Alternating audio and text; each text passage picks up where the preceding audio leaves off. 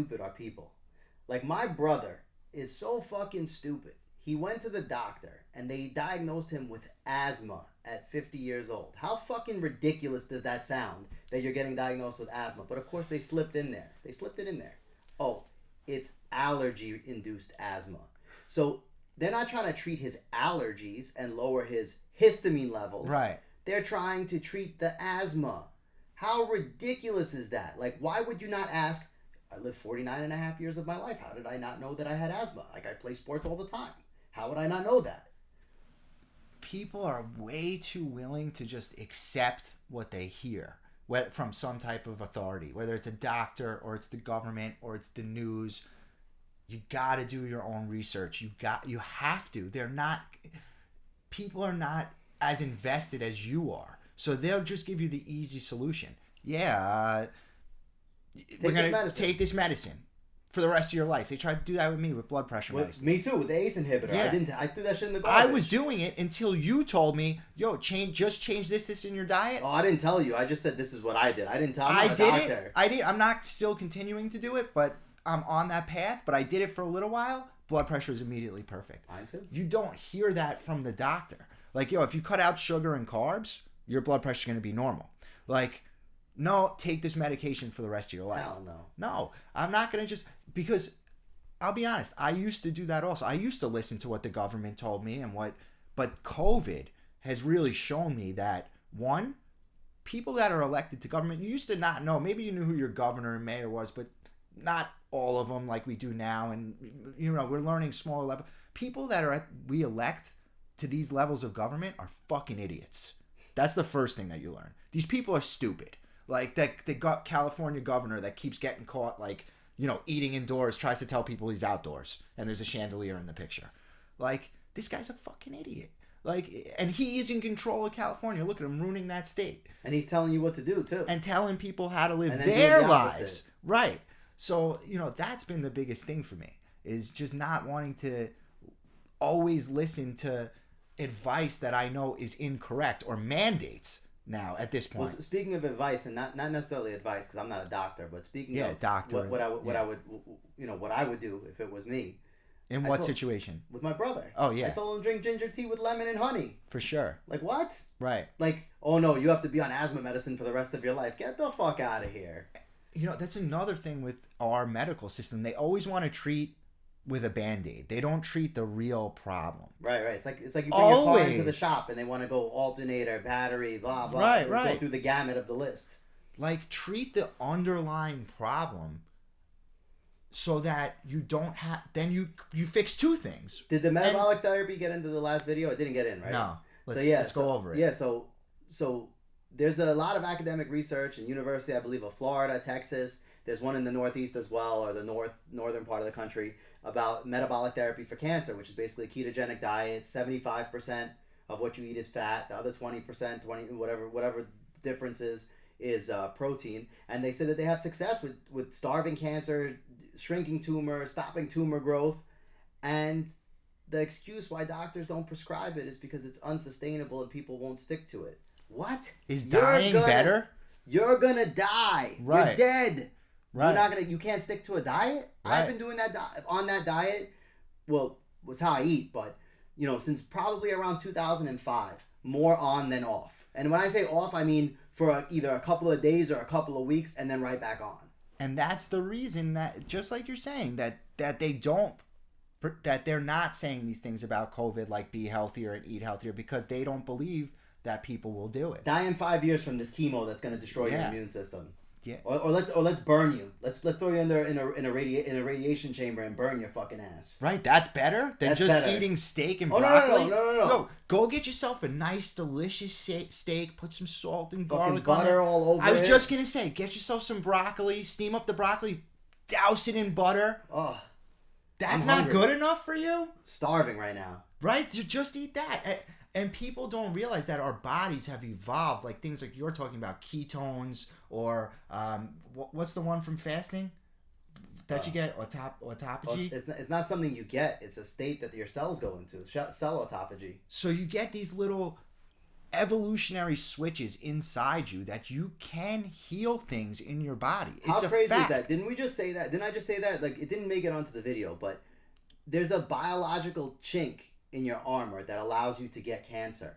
But there's also a fix for it that was so intelligently designed that cancer cells can only live off of glucose. They cannot live off of ketones. And ketones are actually poisonous to cancer cells. And the better energy source for us. So if you for get, people, so if you get cancer, all you have to do to starve it is don't provide it with any sugar. Right. How crazy of an intelligent design for a human body is that?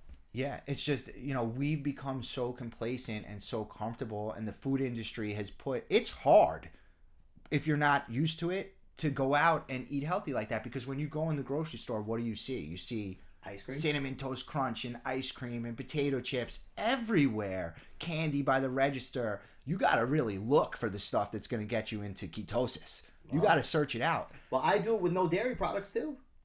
Even better. I mean, the carnivore diet is one of the healthiest diets, I believe, that you can have. And it's not just that it's healthy, that you're not going to get cancer, because cancer grows on sugar. And you said ketones, I didn't know that, were poisonous to it.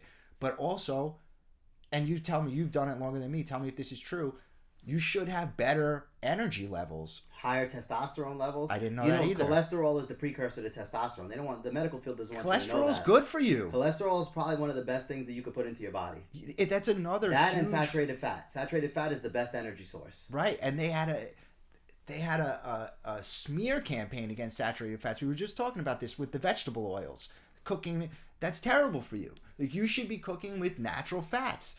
You should be eating natural fats, using that as your energy source, because all this processed sugar is what feeds the diseases and the inflammation. Don't get me wrong. If you want to be a bodybuilder and you want to, or a power lifter, and you want to bench press 500 pounds and squat 700 pounds, you ain't doing it on a ketogenic diet. But think about this. You can't? You can't. You need, so the sugar is for performance. It's poison. It gives you a high when you eat it and a low when it's out of your system, but it also fills up your muscle with fluid called glycogen, which allows you to, it gives like your muscles like a balance or Right. a little bit of an extra push in there to be able to lift heavier weights, but not to go for longer. Because think about this, right? When you deplete out all your glycogen and all that lactic acid is built up in your legs and your arms and your muscles, and you feel tired, right? You've watched UFC, or if you watched mixed martial arts or whatever you want to call it, you see the guys, they just gas out and they can't go another round, right? But could you imagine if after your fuel source that you ate runs out, you start running on the fat in your body? Yeah, metabolically flexible. How much longer could you last running a marathon or a triathlon running on fats than you could running on glycogen or running on glucose? But there are high-level athletes that eat only protein and... Not from what I've seen. No? I haven't seen anybody that's on a high-fat diet. It's different for everyone, because you're right. Some will say, like, after a crazy training thing, I down a Diet Coke and eat a Snickers. Why? Because, like you said, the muscle gets flooded with all that. Performance. It's all for performance. But people work out fasted, and they, maybe not to the level you're talking about. And then they replenish. Right. If you want to be a high-level athlete, you cannot survive on a ketogenic diet. Actually, DK Metcalf, you know who that is? No. He's a receiver for the Seattle Seahawks. Okay. In great shape. Maybe 6'2", 6'3", 225, shredded. He says that I don't know if it's true, but he says that he prescribes to a ketogenic diet. Where he eats vegetables and meat I've heard only. some people say that. But it's very rare that you hear that. And definitely not a 300-pound bodybuilder. Definitely not. Definitely not, right? Definitely There's just not enough energy for them. You think that's what it is? They don't have enough energy I don't know what it is. But the ketogenic diet is definitely an endurance diet, because your body can't tell the difference between the fat that you have stored and the fat that you're ingesting. So once the fat that you're ingesting is gone, it starts going after what you've stored. Yeah. All it knows is that it's burning fat. And you don't get an insulin spike. And you get no insulin. Your insulin stays low. So your insulin stays low all day. You're on a balanced amount of energy all day. And that's the better way to do it for sure, but nobody knows that. Is it better to do cocaine once a week, or once every 2 weeks, or once every 5 weeks? or is it better to do a steady amount of cocaine every day for the rest of your life? Is this a trick If question? you had to choose. I feel like this is a trick question. Is it? I would say it's better, and I don't know if I'm following the same train of thought as you, to do it as little as possible so that you enjoy it more when you. So That's what I would if you're say. gonna, I think of sugar exactly the same way that I think of cocaine. Tell me. And I've never done cocaine because like the thought of doing it like Yeah. it repulses me. Right. I'm not nothing against anybody who does. Right. Just saying for me Yeah, that yeah. was not my path. Sure. I view sugar the same way.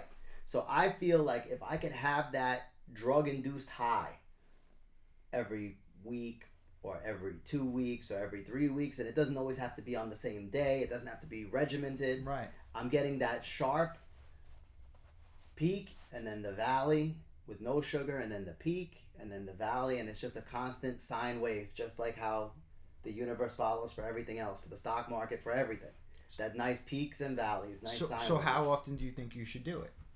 I don't know. I think it's different for every person. I think when you start to like feel like, oh man, I could really have a tub of ice cream right now. Yeah. Go eat your fucking tub of ice cream. But I know agree. that you're going back to the fucking meat and vegetables the next day. Right. One of the best things that I've been doing recently is I'm only like I don't eat any fast food or pizza or any of that except for Sunday. So like Sunday I'll get like a Big Mac or a slice of pizza, and it's like fucking unbelievable. It's unbelievable. Like as opposed to when you eat it, I've never ate them every day, but when you eat them more often, it's like disgusting. Nah, fast food's disgusting. It's disgusting. Even if I had it after 6 months of not having it, it's disgusting. I'm not saying that you feel good after. You definitely feel like shit after you eat it. I don't know. I'm just saying the taste of it is so good because I don't eat it. I eat it so rarely. Listen, maybe once a week. The Whopper might be the best burger in America. The Big Mac, trash. Well, I'm every not saying time. it's not. I'm just using the Big Mac as an example because that's the one that I ate last time. It was like fucking unbelievable, man. It was so good. But Stop the break, just start the